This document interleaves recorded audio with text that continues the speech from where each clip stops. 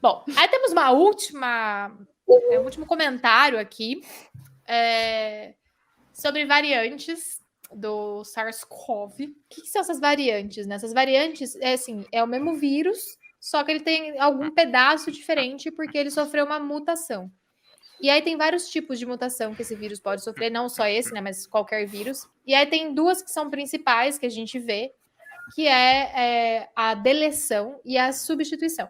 A substituição é quando eu troco um pedaço da sequência por outro parecido. Então, sei lá, eu troco maçã Fuji por maçã verde. Sei lá. Continua sendo maçã ali, o rolê continua acontecendo. Ou então eu posso trocar maçã por alguma coisa que continua sendo redonda, sei lá, pera. Troco maçã por pera, continua uma fruta ali mais ou menos da mesma família, o negócio continua funcionando. Isso, na proteína do vírus, pode mudar um pouquinho o formato, mas a maioria dos anticorpos continua reconhecendo. Quando a gente tem a deleção, como o nome sugere, um pedaço da sequência da proteína é deletada. Então, tipo, some aquele pedaço e é grudado o resto. Essas são as mais preocupantes e várias dessas têm acontecido com o SARS-CoV-2. Por quê? Quando a gente tem a deleção, o anticorpo ele pode perder o encaixe com a proteína e aí ele não consegue mais inativar o vírus, tá? A variante do Brasil tem deleção, a variante da África do Sul tem deleção e a variante do Reino Unido também tem deleção. E algumas deleções são compartilhadas, são a mesma acontecendo nas três. E aí tem sido muito falado sobre essas variantes serem mais contagiosas ou transmissíveis. Então, aí eu queria só falar sobre isso.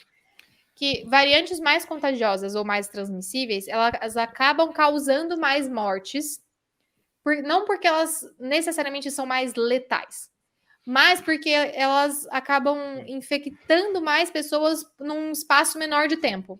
Então, eu tenho mais casos num tempo mais curto. E isso atinge mais pessoas sensíveis a desenvolver a forma grave da Covid e leva ao colapso do sistema de saúde. E tudo isso contribui para a morte das pessoas. E é como se os casos que a gente esperava ter ao longo de 6 meses, né, com o padrão que a gente vinha enxergando, de repente acontecessem todos dentro de 2 semanas. Então, eu tenho muito caso de uma vez, e isso é o que a gente estava falando no começo da pandemia do ano passado sobre achatar a curva. Então, a gente tinha que reduzir a velocidade de transmissão para não acontecer muitos casos de uma vez e não colapsar o sistema de saúde.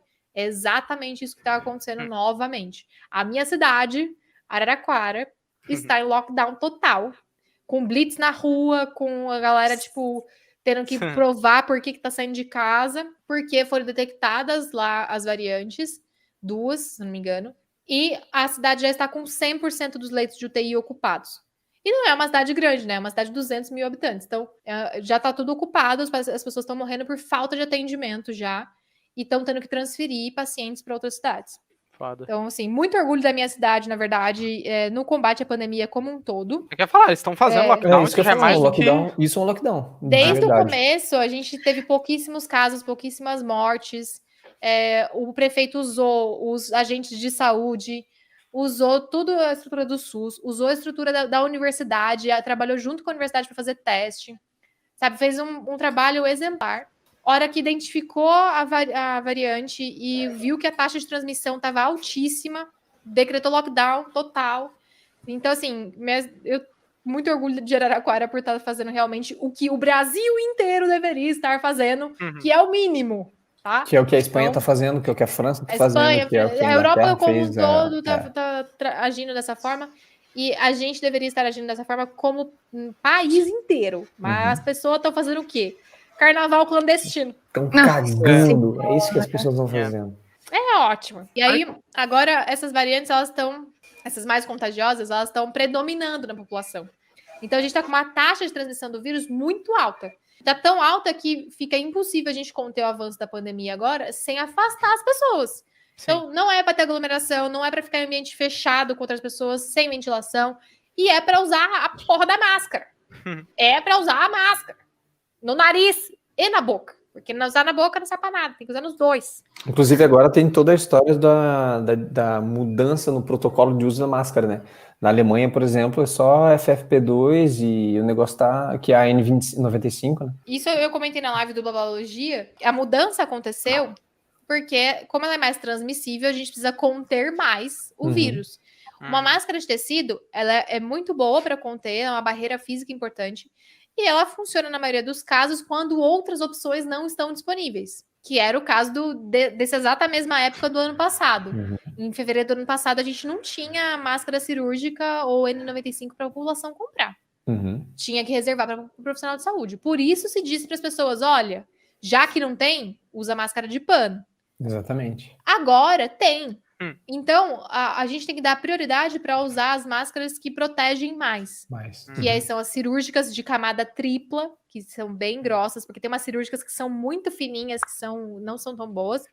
Ou então a N95, que realmente filtra 95% das partículas que entram e que saem da sua boca.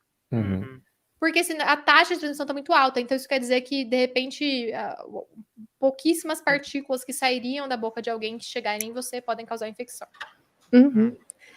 Tem uma pergunta aqui, o quanto isso afeta a vacinação?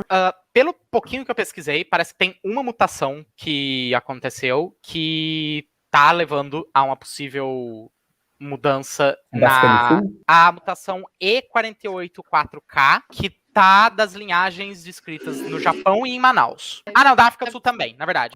A linhagem P1 do Japão e Manaus, a linhagem P2, que é do Brasil, e a linhagem 501V2 da África do Sul estão exibindo essa mutação. Essa mutação que pode levar a um escape de anticorpo e, portanto, escapar da imunidade de anticorpo.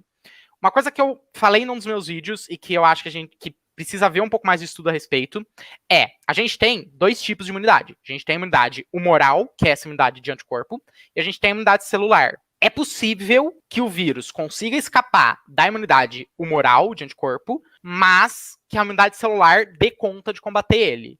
Eu não sei em que pé que tá com relação à imunidade celular nas vacinações. Eu lembro de ter visto algumas notícias preliminares lá atrás de que as vacinas estavam induzindo uma imunidade celular boa. Principalmente, eu lembro isso especificamente da Coronavac. Porque é vírus inteiro inativado. Essa vacina, ela é menos sujeita a mutações. Sim. E a gente tem também evidências de que imunidade celular contra o Covid pode ser bem duradoura e bem robusta. Porque a gente tem a gente teve estudos que foram ver pessoas que tiveram o SARS-CoV-1 lá de 2003 e que ainda, 17 anos depois, apresentam imunidade celular robusta. Então, pode ser que isso não seja um problema tão sério, porque mesmo que ela escape do anticorpo, a imunidade celular dê conta. Mas, assim, isso é quase que uma conjectura minha. Eu não vi grandes estudos a respeito ainda.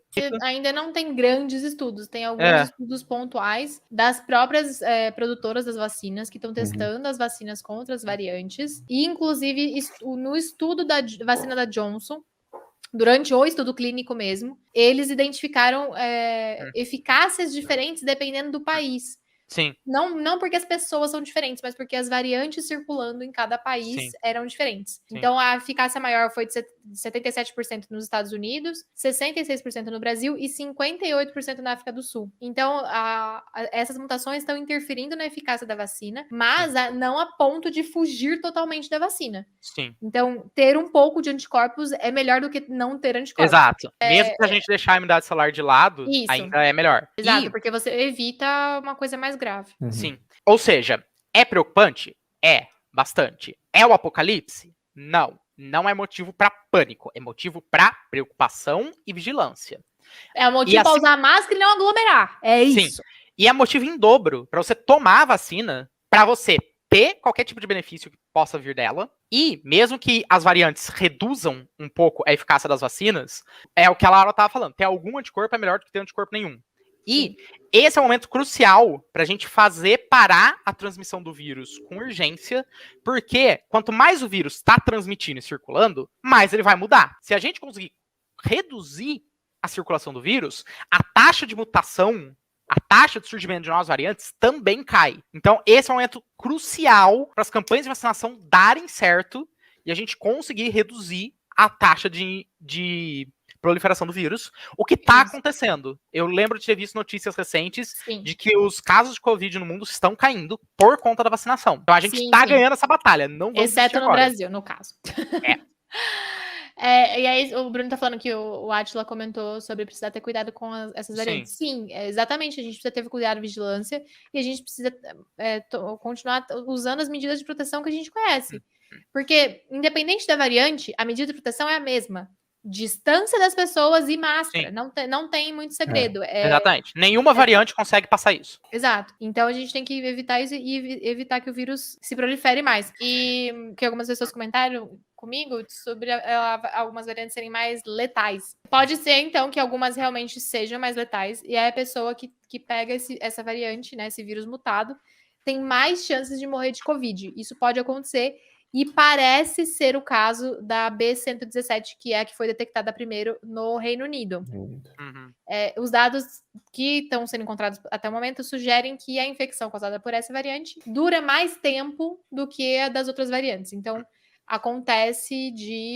pode acontecer da mutação tornar o vírus mais letal, sim, tá? Mais transmissível a gente já sabe que tá, mas pode também ser mais letal. Aqui do Brasil e da África do Sul, a gente sabe que elas são mais transmissíveis, elas são grandes responsáveis pelo aumento, inclusive, da taxa de transmissão aqui, mas a gente ainda não sabe sobre letalidade. Não encontrei, pelo menos, nenhuma informação sobre isso. Então, a moral da história, como o Lucas falou, é que o vírus tá solto, correndo, e aí até agora a gente tá dando vantagem para ele, né? A gente não tá conseguindo ter vantagem pra gente, e aí nisso a gente vai só o quê? Se lascar.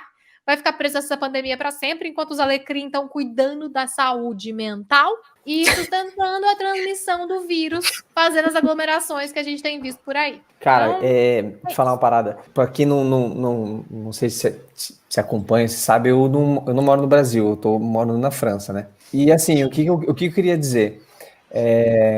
Quando a gente compara as coisas que estão sendo feitas pelos países aqui da Europa e no Brasil, cara, é muito, muito importante que quem está no Brasil, que a população faça pela população. Vou dar um exemplo do que acontece aqui, né? Alguém no meu laboratório tinha se contaminado com Covid. Essa pessoa foi fazer um teste, que é um teste gratuito. Todos os testes são PCR. Então, assim, já começa por aí, começa de base. Todos os testes são PCR, que é algo muito mais confiável do que vários outros tipos de testes, e todos os testes são gratuitos. Então, assim, a pessoa ela não vai hesitar em fazer, sabe? Putz, vou fazer, é caro e tal. Não, ela vai fazer e ela vai fazer gratuito, ela vai fazer na hora, e o resultado sai, tipo, no dia mesmo, no dia seguinte. Assim que se a pessoa receber um resultado positivo, o que seria o SUS daqui, né, vai contactar essa pessoa dizendo, você está positivo, eu preciso que hoje, daqui meia hora, eu vou te ligar de novo, e eu preciso de uma lista das pessoas com quem você teve um contato pela última semana.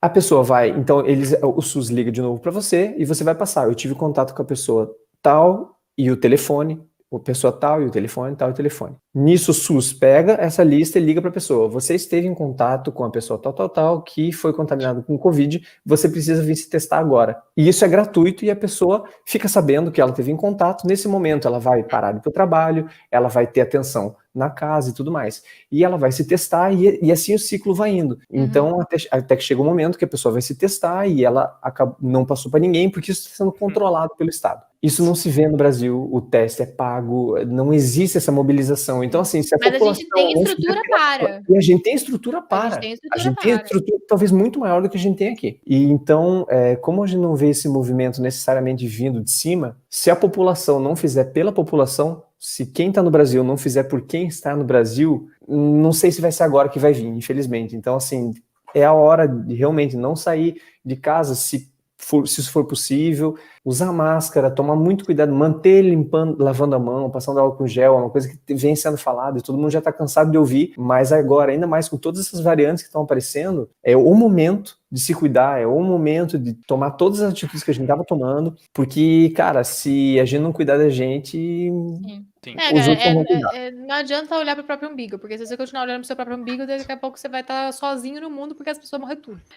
Sobre essa questão de ser mais alarmante ou mais contagiosa em crianças, eu não li ainda estudos sobre isso, não sei se já tem algum estudo maior sobre isso, porém eu ouvi alguns relatos, alguns comentários de que parece que as novas variantes estão infectando mais crianças. Ainda não desenvolvem doença grave, porém, lembrando que crianças podem desenvolver uma síndrome em decorrência da Covid, que é uma síndrome rara, não acontece com todas as crianças, mas que é uma síndrome que pode ser grave, tá? Então tem que tomar cuidado também Por isso que tem toda a polêmica com relação à abertura de escolas, nem vou entrar no mérito neste momento. Outra coisa muito complexa, que um estudo brasileiro chegou a demonstrar que a Covid-19, ela tá deixando disfunções cognitivas em até 80% dos pacientes.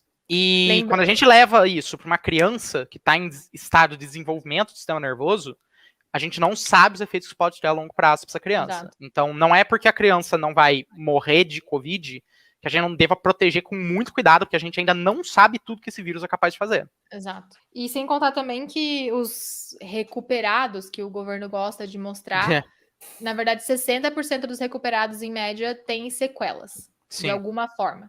Seja pulmonar, seja renal, seja de olfato, tem alguma coisa que fica de sequela. Então, não é tão simples assim.